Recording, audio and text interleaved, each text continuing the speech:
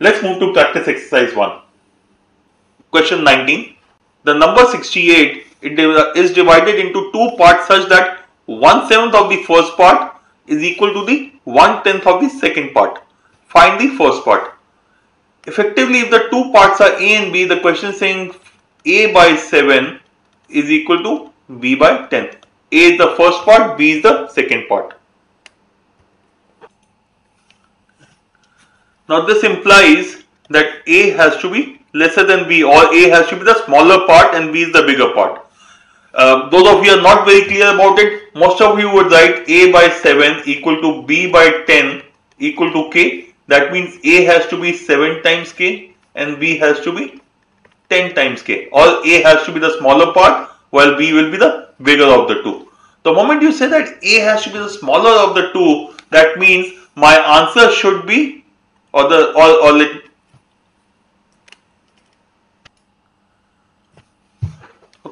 now the moment you say that A has to be smaller than B, or A is the smaller of the two parts, that means A should be less than 68 by 2, which is equal to 34, because if A is the smaller part, it should be lesser than half, and if B is the bigger part, it should be greater than half of the sum, because the sum is given to us as 68. In other words, choice 40 cannot be the answer. What should be the answer? You should check the choices now. For example, if you say the smaller part is 7, then the bigger part is going to be 68 minus 7, which makes it 61.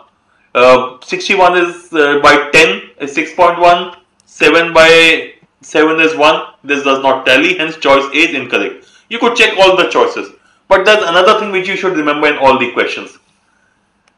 What is a common mistake which can happen in this question? The common mistake is the question says find the value of A. The common mistake is some of you will find the value of B. So what should the person who's setting up the question do? He should put a value for B also. So your starting point should be to find out which two choices add up to 68. Most probably one of them has to be the answer. So out here, choice C and E add up to 68. None of the other choices add up to 68. So the first choice you should be checking is 28 and not anything else. Is it possible that this is not the answer? Yes, it is possible, but it is unlikely.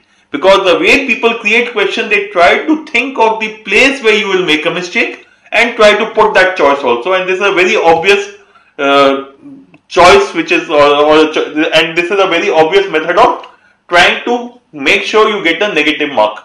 Okay. So if you check, the first choice you should be checking out for is 28.